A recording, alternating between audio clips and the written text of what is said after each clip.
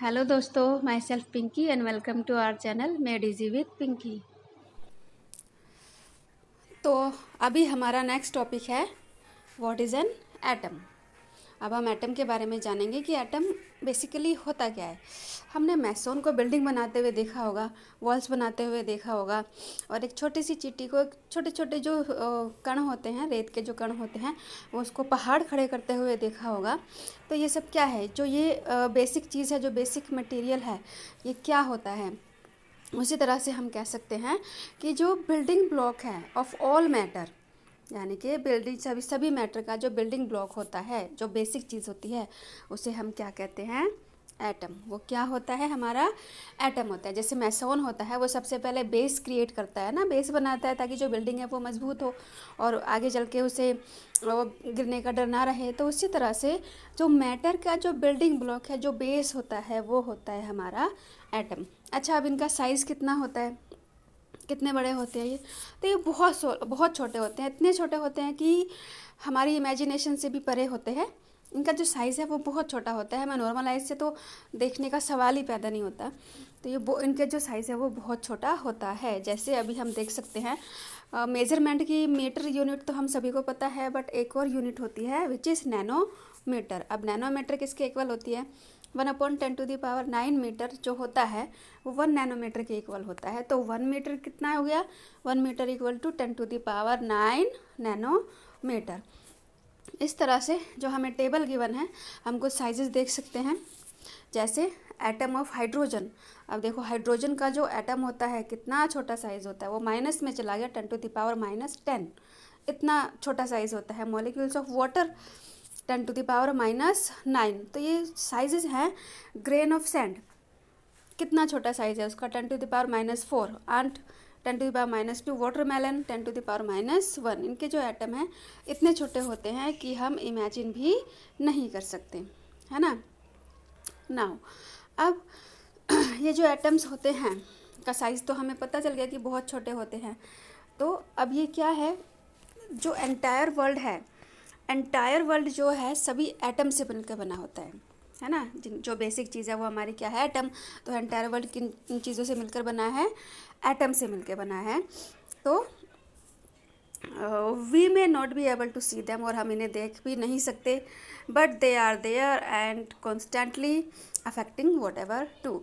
लेकिन वो atom present होते हैं और कॉन्स्टेंटली उन चीज़ों को अफेक्ट करते हैं जो हम करते हैं, कॉन्स्टेंटली अफेक्ट करते हैं। भले ही हमें दिखाई ना दे, लेकिन वो अफेक्टिंग पावर जो है एटम्स की, वो हमें हमेशा अफेक्ट करती रहती है।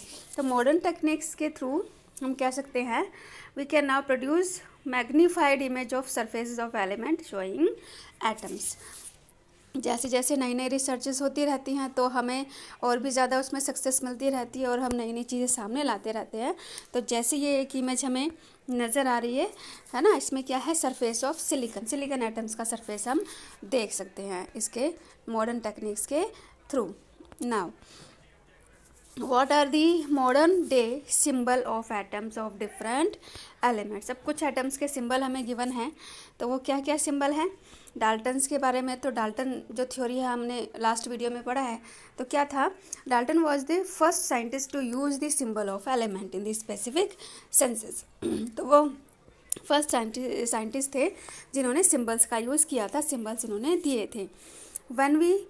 when he used symbol for an element he also mean definite quantity of that element। Quantity के बारे में भी बताया था उन्होंने कि इसमें कितनी क्वांटिटी होगी। तो 1 एटम ऑफ दैट एलिमेंट की, 1 एलिमेंट में उस एटम की कितनी क्वांटिटी है। नाउ एक और साइंटिस्ट थे Berzelius, suggested that the symbol of element be made from 1 or 2 letter from the name of the element. तो जो एलिमेंट होते हैं वो किससे बने होते हैं, उनका जो नेम है 1 या 2 लेटर से बने होते हैं। तो उसी के बेसिस पे उन्होंने कुछ सिंबल दिए, जो सिंबल हमारे इस तरह से हैं। हाइड्रोजन का सिंबल देखिए, इस तरह से सिंबल दिया उन्होंने। फॉस्फोरस का ये सिंबल दिया, कॉपर का ये सिंबल दिया, गोल्ड का, carbon, sulphur, lead, platina, oxygen, iron, silver, mercury. तो ये सभी सिंबल उन्होंने सजेस्ट किए थे कि इन सभी का सिंबल हम इस तरह से डिनोट कर सकते हैं। ये सभी सिंबल्स आपको पता होने चाहिए अच्छे से, और ये आपको बनाने भी आने चाहिए, एग्ज़ाम में पूछे जा सकते हैं, है ना। उसके बाद क्या था, कि स्टार्टिंग में in the beginning the name of the element were derived from the name of the place where they were found for the first time. पहले जो इन एलिमेंट्स का नेम था वो जहाँ उनकी जो जगह है, उनकी जो प्लेस है जहाँ पे वो पीरियोडिक टेबल में रखे गए हैं उसके बेसिस पे रखा गया था। जैसे copper was taken from the Cyprus, Cyprus से मिलता है कॉपर, तो उसका जो नेम है कॉपर सी से रखा गया। Some name were taken from the specific colour, कुछ स्पेसिफिक कलर्स को देख के नेमिंग की गई, जैसे गोल्ड है ना। उसके बाद कुछ जो है नेमिंग IUPAC के हिसाब से की गई, international union of pure and applied chemistry. ये तो आप सभी को पता होगा कि जो नेमिंग है वो साइंटिफिक मेथड से कौन से क्या हम उसके लिए यूज़ करते हैं, IUPAC मेथड यूज़ करते हैं। तो कुछ एलिमेंट्स का जो नाम है वो इंग्लिश के बेसिस पे रखा गया, बट कुछ एलिमेंट्स का जो नाम है वो लैटिन और ग्रीक भाषा के हिसाब से भी रखा गया है। उनका जो फर्स्ट लेटर है वो लैटिन और ग्रीक भाषा के हिसाब से भी रखा गया है।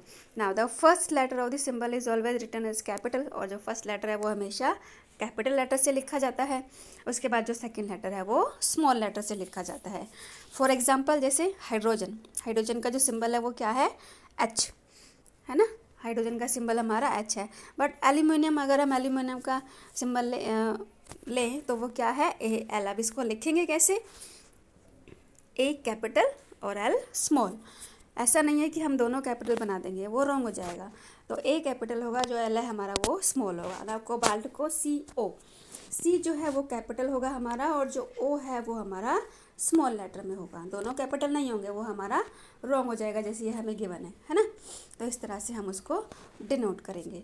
नाउ अब सिंबल्स कैसे बनते हैं, तो जैसा कि अभी बताया कि कुछ तो इंग्लिश लैंग्वेज के हिसाब से बनते हैं, कुछ उनकी जो कैटेगरी है उसके हिसाब से बनते हैं, और कुछ जो जर्मन और ग्रीक में या फिर लैटिन भाषा में जो सिंबल्स होते हैं वो उनके हिसाब से बनते हैं। जैसे जिंक है, जिंक का क्या सिंबल है, Zn।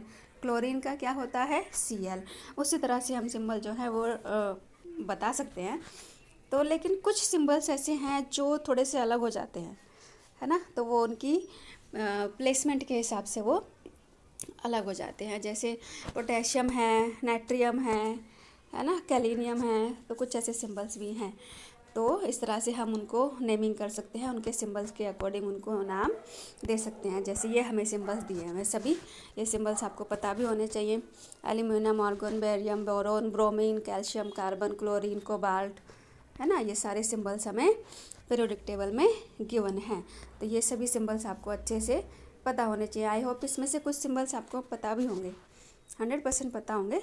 कुछ ही सिंबल्स हैं जो थोड़े से अननोन आपको लगेंगे, तो वो आप इजीली उनको लर्न कर सकते हैं। पोटेशियम का देखिए K होता है, पोटेशियम का सिंबल K हो जाएगा।